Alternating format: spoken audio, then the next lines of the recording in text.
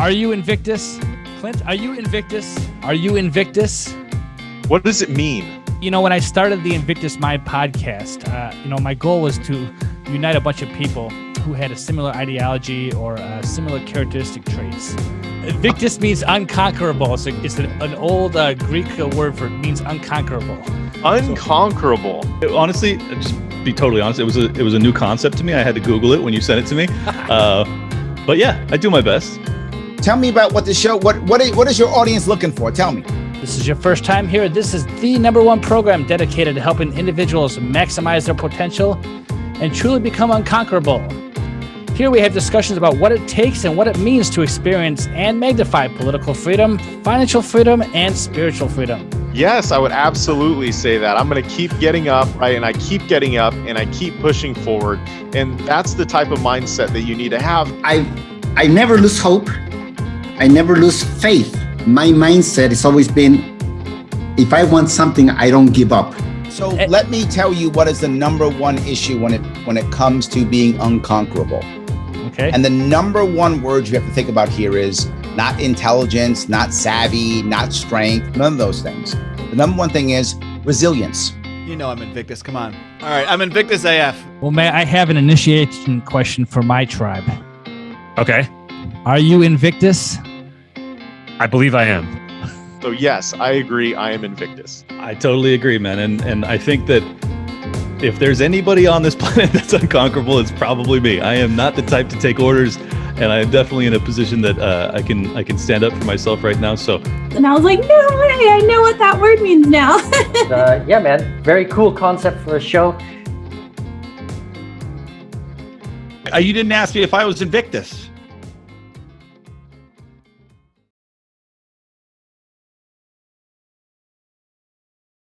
Well, good morning, everyone. Welcome to another edition of the Invictus Mind podcast. This is, of course, your host, Mike Corbell. If you are joining us for the first time, here we have discussions with what it means to be unconquerable. In these conversations, we talk with people about the ideas and the practical things they are doing to achieve political freedom, financial freedom, and, of course, spiritual freedom. And though we are not set up live, we are just going to roll into the conversation today. I have with me on the call a man who is a fan of the show. Now, it's nice when you're a podcaster that somebody actually listens to you and it gives you feedback from time to time. But of course, that's not the reason why I invited him on the show. I have gotten to know this gentleman over the course of a year in various networking groups. And I think he does exemplify what it means to be Invictus. And I'll just let him get into his story a little bit and we'll have a conversation. How you doing today, Ken? I'm doing very well. Very well. Thank you. Thanks for having me on. Thanks for having a great show. It's always entertaining to listen to what you have to do. And a lot of your guests have learned something. So I hope I can stand up to the that challenge.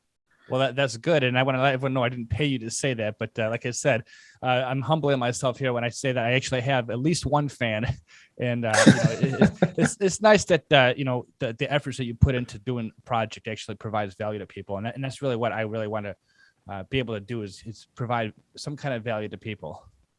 I agree. One of the reasons I came on, I spent a long time being a political activist in the Republican Party in Minnesota, and I'm 10 years, and I ran the Tea Party groups for a few years, right up until 2016. After the election, I just stopped. I saw you talk a lot about liberty and things like this. And have you heard of Chris Ann Hall? Are you guys familiar with Chris Ann Hall and her teachings? I'm familiar with the name, but I don't know if I've ever spoken to her or anything. Okay, she's someone to look up. She's a great constitutional scholar, and not like this constitutional scholar like you'd think of Barack Obama talked about being a constitutional scholar.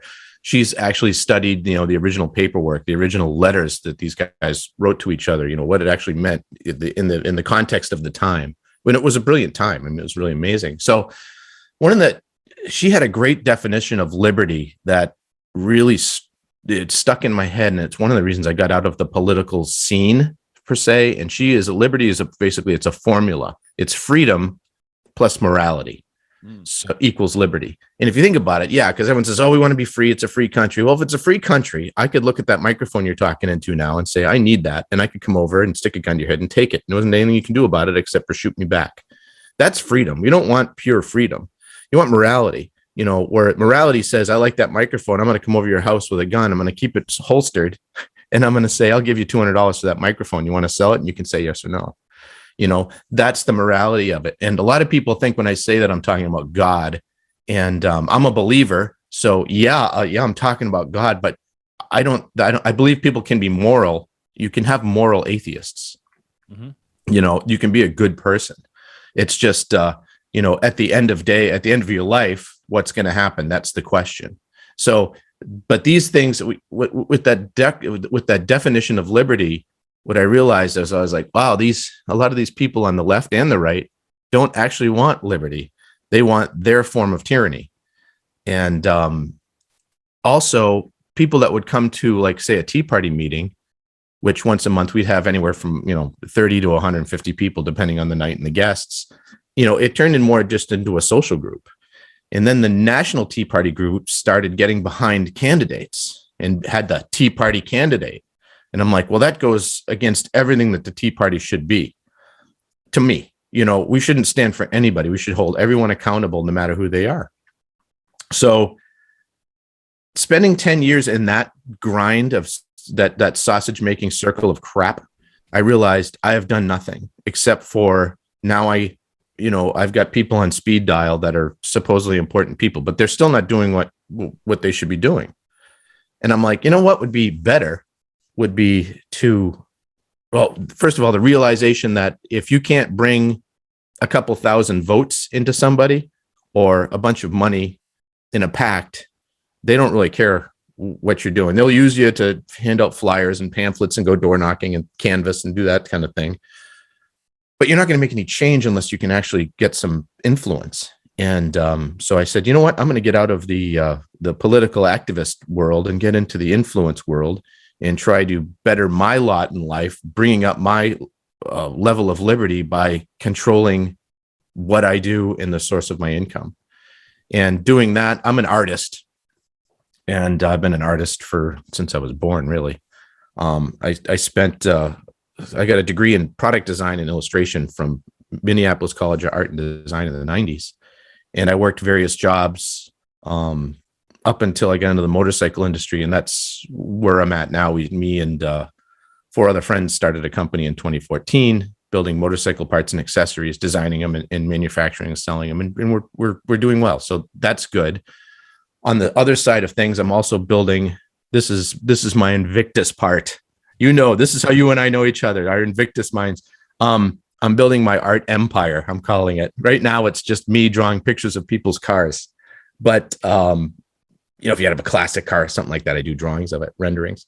But I'm trying to build something that is mobile in the sense that if I need to go somewhere, I can still work anywhere in the world.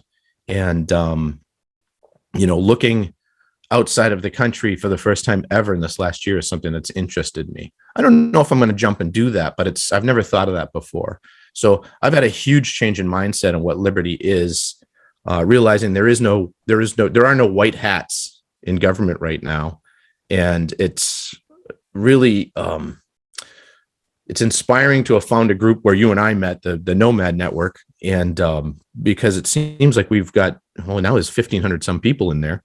And, there's hundreds of us that have the same mindset that are helping each other out, just like what we're doing right here. So that's a little brief story of what I've done and where I'm at. But, going forward from here, I think we just need to get more people to come on board with this, because this is not a partisan thing. Right. Yeah, I want to interject my little commercial for the Nomad Network here. Of course, neither you or I are really getting paid for advertising, but it is a great place to hang out. And obviously, Jason Stapleton was the guy who started that network up, and he has definitely changed my life as far as the way I look at the world. He reminds me of a mentor I currently work with in the financial industry, but definitely is more broad in his scope of topics that he talks about. My mentor once told me that if you want to have more freedom, you just got to have more money.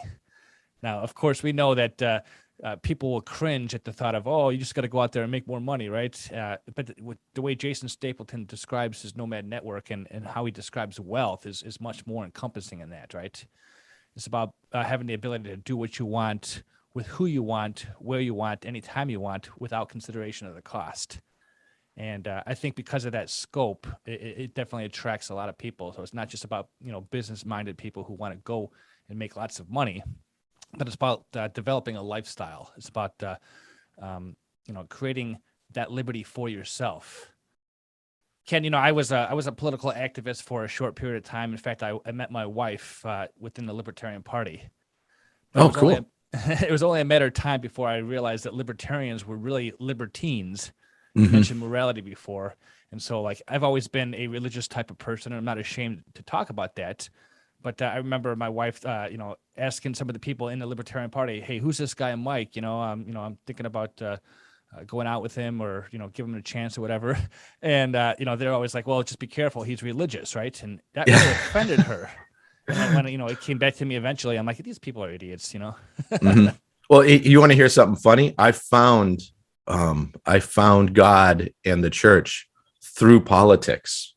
I mean, this is a crazy story. So, growing up, I was baptized in the Episcopal Church, and we didn't darken the door of a church since that day. I'd go to weddings and funerals. It's the only time I went to church. Mhm. And so I knew nothing about it. Never read the Bible. My parents had one laying around, the old thick one with the gold sides on it, the gilded sides, and had pictures. So I'd look at the pictures. I'd get back in Revelation, and the pictures were epic. I was like, this is cool, but didn't read a word of it. So it had no meaning. And long story short, after doing I remember coming out of a convention, a GOP convention here in Minnesota, where we were doing an endorsement convention. And it was right after there was redistricting, which was also just a nightmare. And I remember thinking to myself, I've got a decent job. I got a great family. I got 2 kids and a wife. And, things are good. I have a beautiful home. And I'm like, but I'm just not happy. There was something missing. There was something missing. And I got talking to one of the Jesus freaks in the Republican Party. And I was explaining this to her, and she gave me a card, and she's like, "Why don't you come to this church?" And I'm like, "Yeah, I'll yeah, sure, whatever." And a few weeks went by, and on a Saturday morning, my son and I'm like, let's go church shopping. I guess they do that. There was one road that had a whole bunch of churches on it in my town in Andover, Minnesota at the time. And so I went into one after another, and one place had some event going on. So I walked in there just wondering what's happening, not knowing anything, and not one person said a word to me. Not one. Nobody. I'm like, well, yeah, this is kind of the way I remember going to church when I was a kid at a funeral or wedding. The church people look at the people that don't go to church, and they kind of look down on them. That was my understanding of religious people. This is the way they were. They all just look down on you, and you're a sinner. And I get to finally the church that was the one that she gave me the card for. And I walked in there, and it was a ghost town. I mean, it was a Saturday at like 2 p.m. There was nothing happening that Saturday. But I heard music. The band was rehearsing, and they had a big hall. It was like 2,500, 3,000 foot or 3,000 person hall. And they had stopped playing by the time I got to where they were. And one of the pastors, there was this guy like 6'5", bald head. I mean, he looks like he's pretty ominous looking dude, right? He comes walking over, and he's like, "Can I help you, sir?" Kind, but like, "What are you doing here? There shouldn't be anyone in there." And it was just me and my son, who was probably 8 years old at the time, running up and down the halls like crazy, and I talked to him, and I just said, I just want to see what this is all about. There's something missing in my life. I don't know what it is, but I'm just going up and down the street here and see it. And this guy, it's one of those moments in grace where just like the kindness that came out of him. He's like, "Well, let me introduce you to one of the other pastors, and this is what I do." Anyway, next day I came and I went to church, and they're all singing, the hands in the air and stuff like that. Felt very, very culty and uncomfortable. But by the end of that service, I really, it really struck me. Something struck a nerve, and I ended up going every Sunday for years to that place, and found out that these people weren't like that. When my wife went into the hospital for a bit, and these people that didn't even know her would go and visit her in the hospital.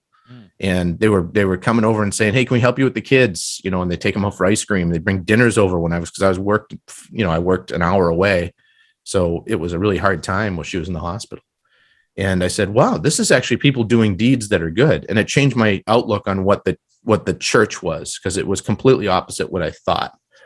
And anyway, I know it's in a big religious show, but that's just a little bit of my story and why, what supports my thoughts when I'm trying to improve my state of liberty, because I think that we were given freedom to do what we want, by God, and we can do with that as we will. And a lot of people take it and do bad, and people take it and do good, and we'll all pay for it later. But in the political sense, I mean, in the political world, it gets used on both sides as a tool for evil. I really see it, and if someone's an atheist or a Muslim or a Jewish or a Buddhist or anything like that, hey, as long as we can get along and have great conversations, I want to hear about what your religion's about. I want to know, you're a good person. I'm a good person. Why are we all arguing about this crap? We've got bigger problems than, where you go to church.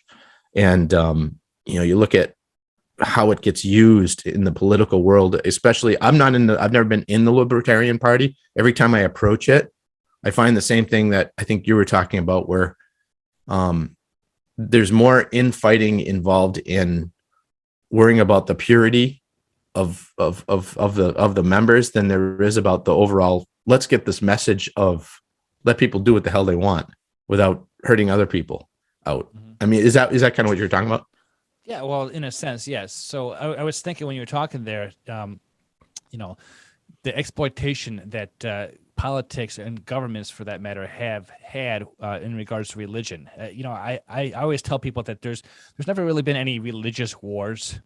I mean, religion doesn't teach somebody to start a war. It's politics that teaches somebody to start a war, and then they just exploit people for their religion. So, after 9/11, we saw that there was this war, this holy war in some respect, between Muslims and Christians, or, the terrorists and Americans. But it's because of the politics involved, not because of the faith that, any parishioner actually practices within those faiths. But you also said something about, the associations that you made going to church. And of course, our First Amendment recognizes that we have a freedom of association. But with that association will come the influence of others, right? And so, as you mentioned, when you went to church, you had some kind people who, looked after you and your family. And even though you didn't really know them personally, they showed a great example of what it means to be a Christian. Right. I think that you can see that in the Libertarian Party. There are some people within a party. I'm not disparaging an entire, population within a political party, but there are some people who have this persona of being welcoming and open and respectable to people, whether you're religious or not. And then, like you said, there are some people who are very judgmental, who mm-hmm. are, expect you to pass the purity test. Unfortunately, you can find the same kind of thing in any kind of religion, right? Right. They say that there's no true Scotsman, as the saying goes, right? Are you really a Christian? What kind of Christian are you? Are you Catholic? Are you Protestant? Are you Mormon? And then, of course, in the Libertarian Party, are you a Rothbardian libertarian? Are you a Mises libertarian? Are you a Cato libertarian? And so I think it's just an acknowledgement of understanding human nature. You're going to find that with every organization you're in. And I really think that the people you associate with, that you hang out with, that there's a saying that says that you become the 5 people you hang out with the most. Right, right. And so hanging out with like the right people with the right mindset, going in the same direction, will certainly improve your character, or one's character. And I think, Ken, that's why I really appreciate this conversation between you and I, because I don't know every specific detail about your life, but at least we're going the same direction. We see this thing that we want personal freedom in our lives. And going back to the Nomad Network, everybody there seems to be very supportive of each other. There's really no toxicity there. There's no negativity. There's no purity test. People come in at different stages of life, different talents, different backgrounds, and we're all kind of in it together to go to one direction. What do you think about that? Yeah, absolutely. And that it's what drew me into that place was, Jason Stapleton is the conspirator on this one to create that whole thing. And I listened to his podcast when I was still in 2015. Actually, I mentioned Chris Ann Hall before. He had interviewed her, and that's how I found out about Jason Stapleton, because she was like, "Oh, I'm going to be on this interview with Jason Stapleton."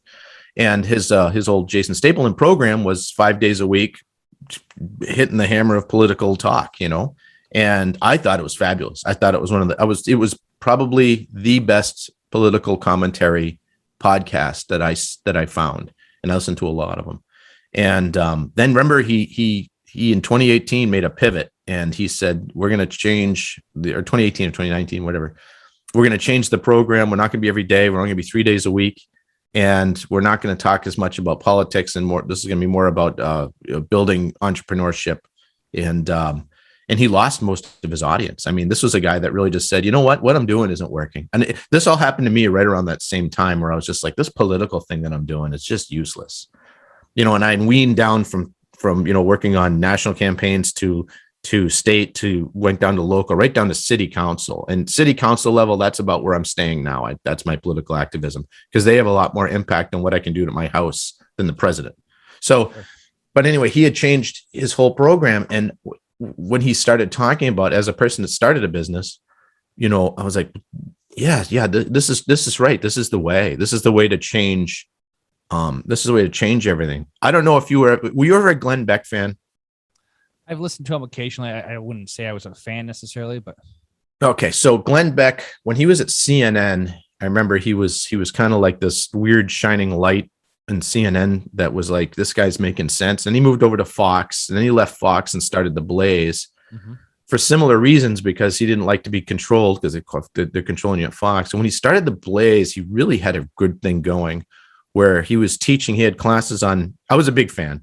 He had classes on history. He had, or not classes, but shows about history. And he'd have David Barton of Wall Builders. He's a guy that has the largest collection. I mean, people like him or don't like him, but you have to give him credit. He has the largest collection of original documents from the founding of this country outside of the Library of Congress. I mean, a whole library of it. And he knows his stuff, and of course he has an agenda. Everyone has an agenda, but what they were doing wasn't very political. It was more teaching. It was more learning. It was more like, here, this is how we change this society.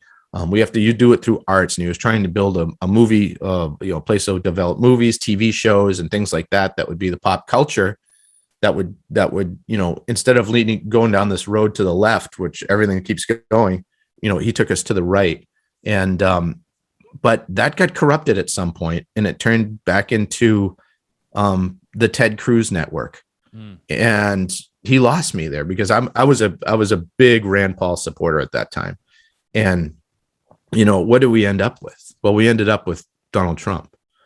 And love him or hate him, I'm both. He figured out how to make it work. He figured out nobody cares about your constitution or your this or that. What they care about is this man sticking it to you, and I can stop him from doing that. And that's what he did, and having this network of people that have thrown that all away. We all pay attention to it. I don't think anyone should not know. I mean, you should know who your senators are. You should know the people that are pulling the purse strings, can control the purse strings of the nation, the city, your state. But it doesn't mean you have to make it your life. And I wasted 11 years being a pretty hardcore activist doing this stuff. And I've, for the most part, completely stopped, but I still pay attention. And so I'm uniquely informed on how the machine works and what will work and what won't work. So my goal now is to, one of the things I'm doing on Twitter is, as an artist, I'm trying to put out libertarian small L messages on Twitter through my artwork, but the artwork isn't about that. So I'll put up a picture of a cool old car or something like that, and have put a message of liberty on there. So, as we try to grow this, that the guys like you that are doing podcasts that are doing this every week, which I commend, because I started my podcast a year ago. I got 8 episodes deep and stopped because it was just too much to handle. So I have a lot of respect for you guys that do this all the time. But this is the support group. This is the farm team for how we're going to raise this up, because we eventually will need politicians. You have to have politicians, but we have to grow a groundswell. I thought the Tea Party in 2009, 2010, that's when I got swept into politics, was going to do it. And it got corrupted very quickly as soon as the people on the right realized that, oh, we can use these people. And then all the moderates left, because the original Tea Party groups were, I remember in 2009, we were meeting in a Perkins restaurant. There was 9 of us, and we grew that to hundreds. And as soon as they started saying, we had candidates come in, of course, and come in and talk, but we're going to quiz you, we're going to grill you. That eventually turned into, we're only going to have the candidates and we want to talk to. And so because of that, the ones that we really should be talking to wouldn't come to it because they didn't want to get yelled at, basically. And so, that direction, that's just a slope, and you're just going to go down to just being another wing of the party. And the left has the same thing with some of the Black Lives Matter groups, and some of the LGBT groups started out as something that was positive and just instantly got corrupted and turned into, some of the feminist groups have the same thing. The liberty groups have the same thing. The marijuana group has the same thing. I mean, I don't want to smoke marijuana. I did a lot, way too much in years in my past, but I haven't in 25 years. I have no interest in it at all. None. I don't care. But that being said, I'll stand next to you at the Capitol and say we should be legalizing this thing, because that's just what I believe. I feel exactly the same way about motorcycle helmets and seatbelts as I do with marijuana. You're not hurting anyone but yourself. I always wear a helmet on my motorcycle because what I did one time when I wasn't wearing a helmet, I fell off it when it was moving. I don't recommend it. Right. Well, Ken, you said a lot there, and I think it's an observation when it comes to human nature and collecting with each other around an idea. Now, you know who Jeff Deist is, right? The president of the Mises Institute. Yes.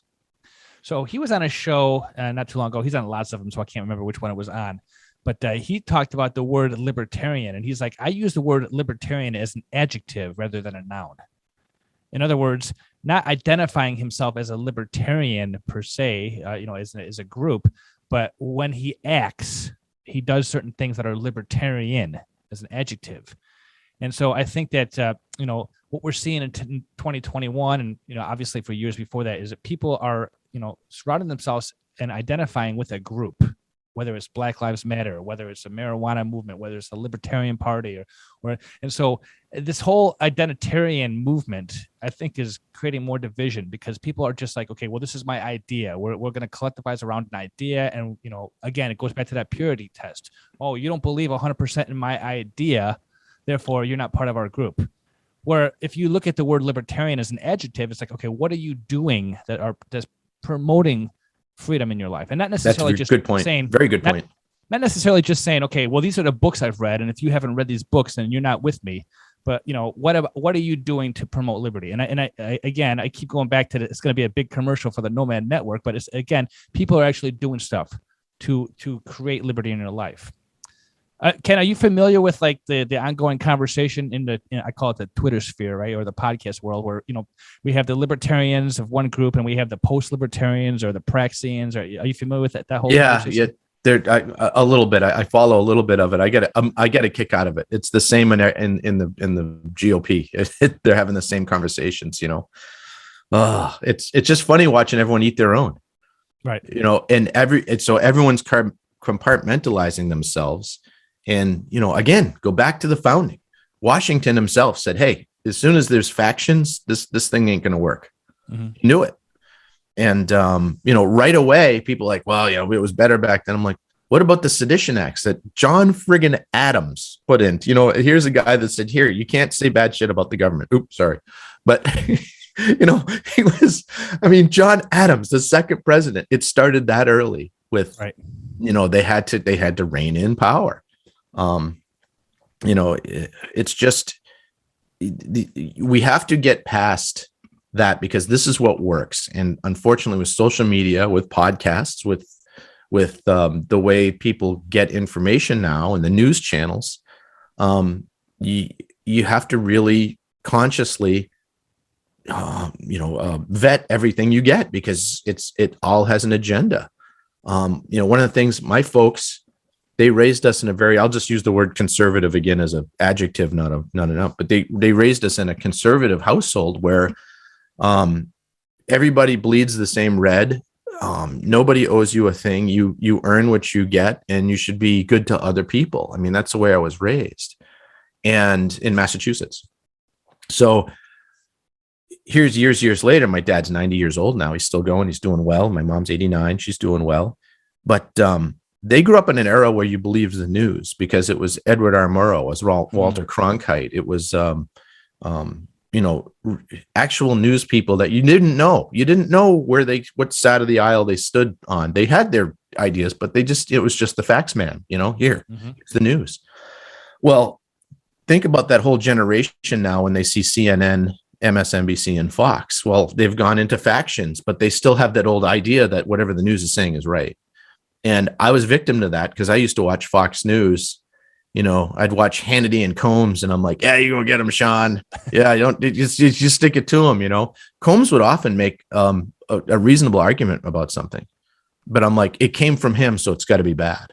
And that is our problem right now. And I recognized it myself, and I had to humble myself a bit and go, well, just because someone I don't agree with has a good idea or has an idea doesn't make it a bad idea. So, like I tell a lot of friends of mine, look at the Democrats don't have all bad ideas. They have poor implementation plans for a lot of their ideas.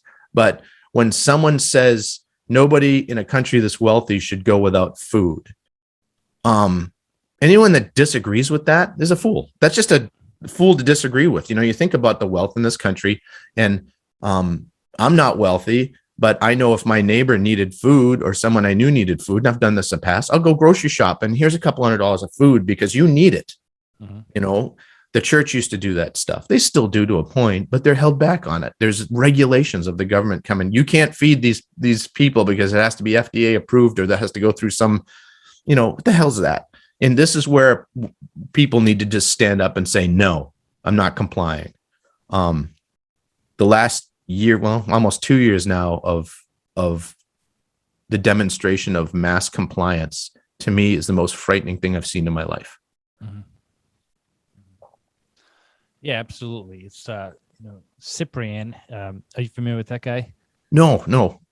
Vin Armani. He's been on several podcasts. Oh yeah, Vin Armani. Yep. He's the guy that moved to Saipan, and he's doing a lot of proselytizing about the Eastern Orthodox religion right now, and which is fine. But he mentioned the Church of Woke. Yeah, he includes he calls it the woke poke, and how many people are just willfully or blindly just like taking it because it's a spirit of compliance. Right. What's interesting, I was listening to him on John Odermatt's show the other day, and he's talking about this is like a rare point of time in history where the entire world is falling under this. It's not an official global rule, but it's a global agenda. It's like every single country in the world. North Korea has lockdown measures, and in Australia we see some terrible things going on in there. So it's not just a problem in the United States, but it's a problem worldwide, which is why he's defining this as a worldwide religion. People are just willfully blinding, and they're participating in rituals, and they're not even asking questions. It's almost like a heresy if you come up with any kind of counterpoint against why people are doing this. So, whether the lockdowns had any significant reduction in the virus, or whether the vaccines are safe to use. If you raise the question, you're looked at as a heretic, and you're dismissed right away. And so in almost every single aspect you look at it, it's a religion, which is very unique, and really it is scary.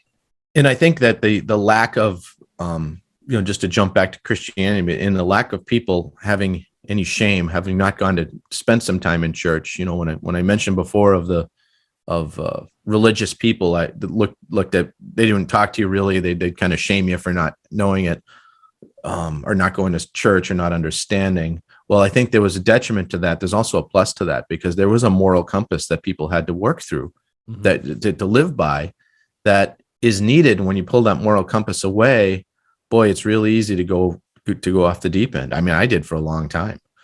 And this whole thing, I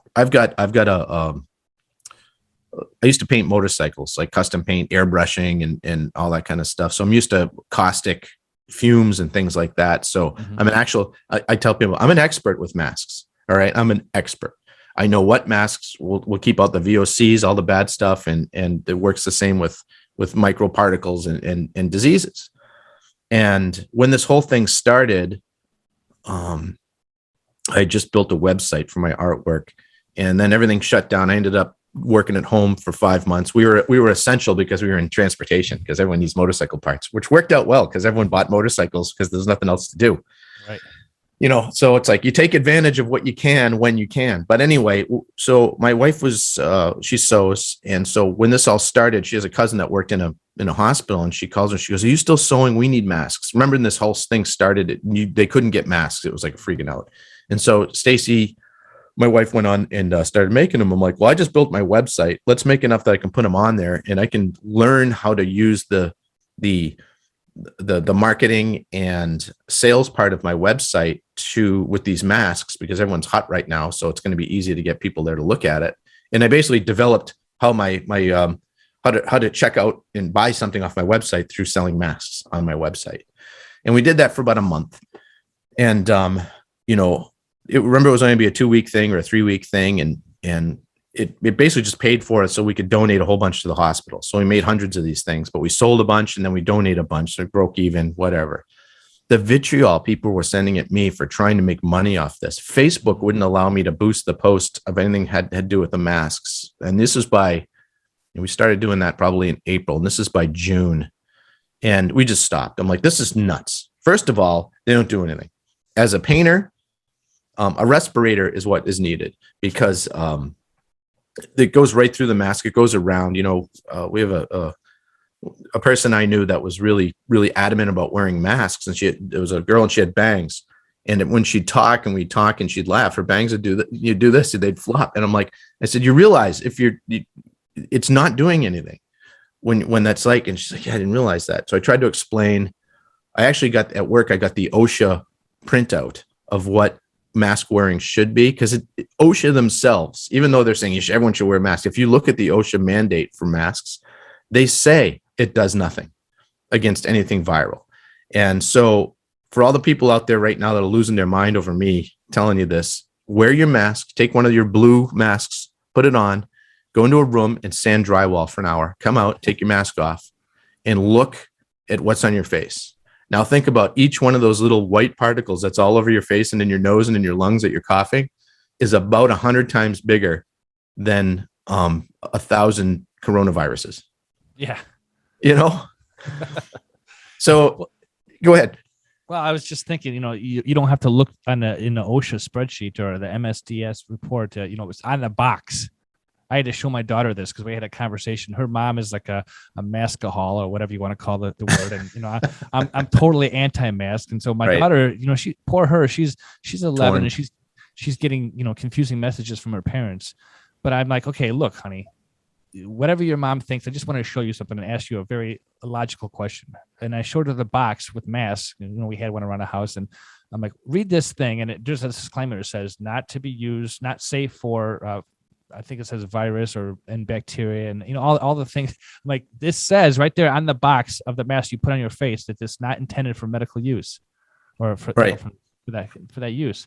And I'm like, okay, why do you think they put that in the box? And obviously she's an intelligent little girl. She's like, well, it probably doesn't work against the coronavirus. I'm like, there you go. So, well, in the mask thing, to me, it was hard on me. I've got like it's an inner ear thing, which, back in the old days, I guess they'd call it vertigo. And one of the things that I have a problem with is if I'm wearing a mask and breathing my own carbon dioxide, it makes it a lot worse. So I can literally I can pass out. And so sometimes it takes a minute, sometimes it takes a half an hour. I never know. So I was breaking every mask rule that I could. And there was some places you had to go, but like an art store, I went to an art store, and the people that were running the art store, the manager and the assistant manager, were both very far left people and closed-minded and poor business people, because this is a store I'd been going to for 20 some years. I've spent tens of thousands of dollars at this place. And I walk in there and stuff started getting kind of, I started feeling kind of dizzy. So I put my mask down under my nose, right? Because I had to have a mask in there. I was buying I had a job or a commission. I had to get some materials for it. I had to get them. So I had to go in. And I'm carrying, both hands, I've got a 3 foot by 4 foot piece of illustration board. I'm walking up to the register with, and my mask was just under my nose, and the guy behind the counter had a cow. He's like, "You got to bring that." I'm like, "Sir, great, I will. While we're talking about this, we're close. That's fine. I just need to buy this thing. Can you cut this up? I've already paid for it." Yeah. And Sorry, Ken. I not to interrupt you. You're probably noticing that I'm switching my camera. My camera froze on me, so here I am. Same problem I had. Now we both look crappy. Hey, how's that? Sorry, everybody.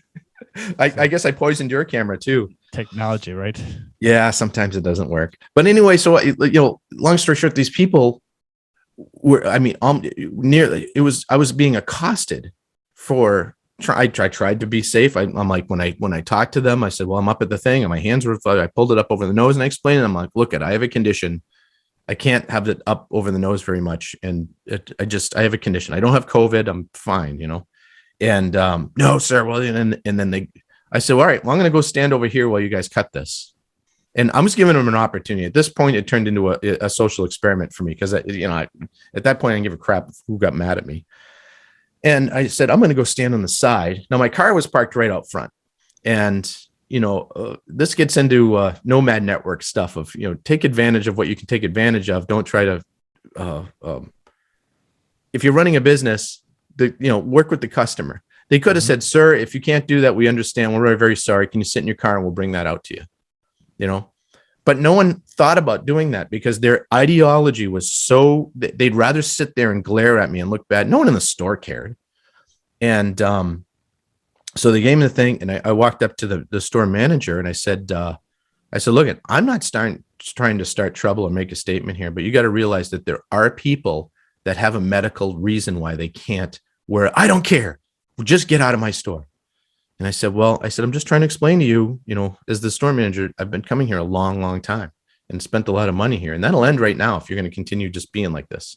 I don't care. You just go." And I said, "All right." So I'm also a gun guy and I know the laws and I have a permit to carry, and I always carry everywhere all the time.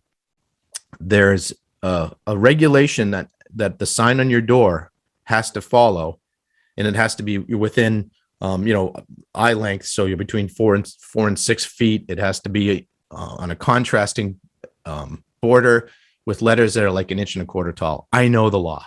Mm-hmm. The law also says if it isn't that, it's completely null and void. Well, them at the bottom of their door, way down in the bottom, in like 1/2 inch tall letters, had the little sign with no guns.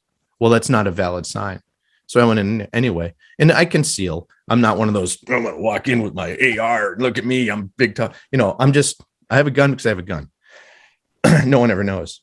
So as I was leaving the store and she was yelling to tell me to leave, I turned around, and my jacket opened up a little bit where you might have seen the bottom of a gun. I said, "By the way, your sign down here isn't legal." And she's like, her eyes lit up like this. She all freaked out. And I walked out of the store, and there was a guy out front that saw what was going on and heard me say that as I walked out, and he started laughing. And there was 2 other people in the store that were like, nice, because they watched me being treated like crap, and they left the store too. It doesn't do you any good to use your ideology in a situation like that, where you're going to turn half of your customer base off. Yeah. That's how you know it's a religion. It's exactly. People don't think about the ramifications or how to treat people with respect or how to be courteous. I mean, it's troubling times for everybody. Right. But right. It's just crazy. I don't want to spend a half hour here talking about the mask or anything like that. No, that's fine. Everybody knows what it's like. Yeah. And has some level of story that they can share about it. It's just absolutely ridiculous. But Ken, I'm going to switch subjects here a little bit. I was really impressed over the last month with you participated in this event called Inktober. Yes. Tell me what that's all about, because I knew formally that you were involved. You were an artist of some types. You worked in the motorcycle industry, and I've known that about you. But over the last month, between you and a few other people in that network, I just see all this artwork, and I'm like, wow, I couldn't draw a stick figure straight. So. Yeah, Inktober. I'll tell you, this is something that I found last year, and it's actually through one of the guys in the network. There's Vincent Ferrari. I don't know if you've had a chance to talk with him. I've had him on the show actually. Yeah. You actually should know that. You listen to that show. Anyway, he turned me on to that last year. I found out about it, and he had some drawing he did Inktober in 2020, and I was like, "What is this?" So I looked at him like, "Oh, I'll do this." So I did it last year, And in an exercise, so I'll tell everyone what it is. Inktober, it was started, I believe, by the India Ink Company that makes black ink as a way to have people use ink. So the idea was there was a list. Every word in October had a word that you had to do an illustration of some sort. And it can be anything, whatever you want. And the idea was to do it like in black ink, hence the name Inktober.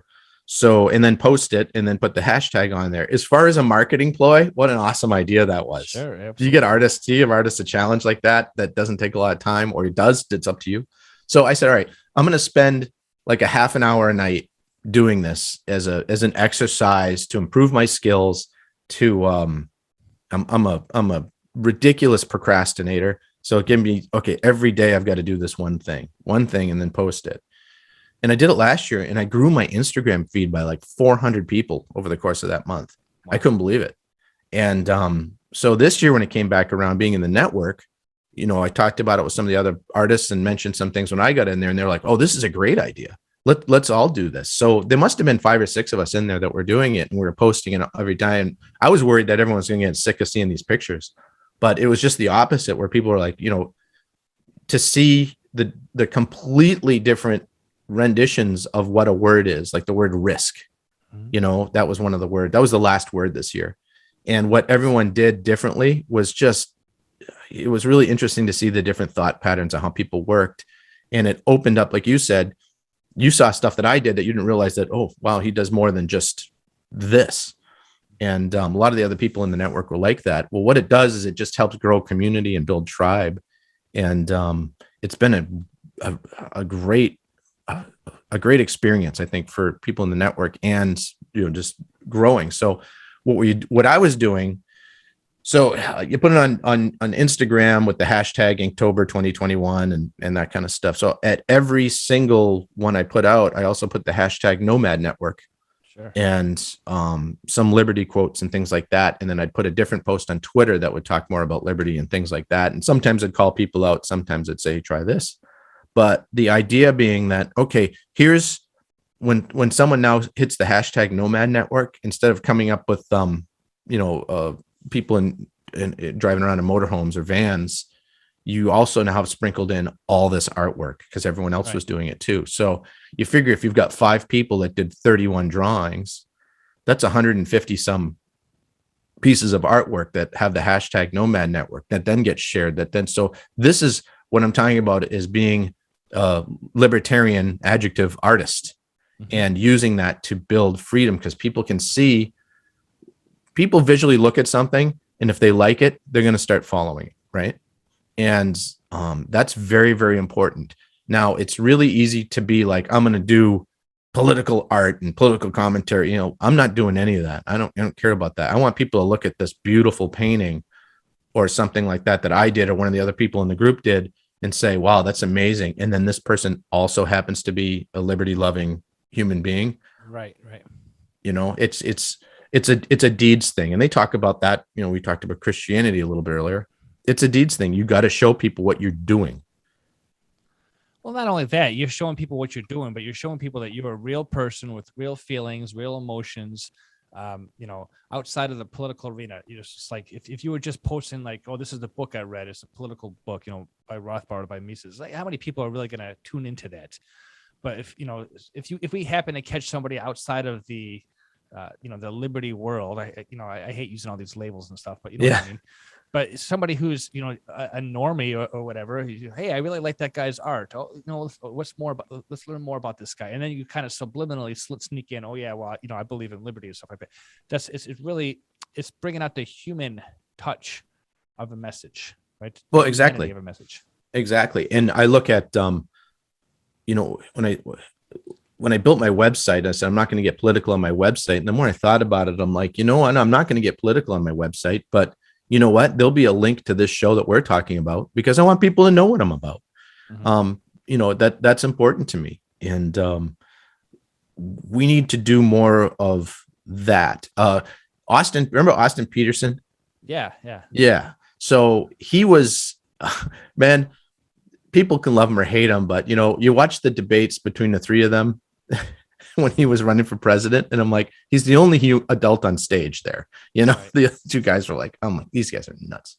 So he had a saying that some guys come up with a saying that is so great in his campaign. He says, I want to live in America where the married gay couple can defend their pot fields with automatic weapons. And I'm like, there, that says it all. I mean, if that's your thing, I understand that. Now, what I feel about gay marriage is what I feel about gay marriage. I'm not even going to get into that. It's nobody's business but mine. But my general idea of marriage is the government shouldn't be in it at all. Right. So that's a guy that really understood that philosophy, you know, and he was just ousted. It seemed like him. He just seems like he was just pushed out and left to hang, you know. And Yeah, you know, I remember that guy. I don't remember him coining that phrase, and I understand the influential or the marketing behind saying something like that. Personally, I thought that saying was kind of cringe, and I don't know if it attracted the kind of people that I would necessarily hang out with. Again, not because I'm against any of that kind of stuff. I get the idea behind it, but it was one of the better marketing campaigns that came out of the party for a while. It was a well thought out boldness that had to be there, and that's something that is lacking on all three parties. Well, actually, I shouldn't say that. The Democrats are incredibly bold. So people should be looking at what they're doing. If you're against them and say, I'm going to emulate, I'm going to copy, I'm going to steal these same ideas, I'm going to do it.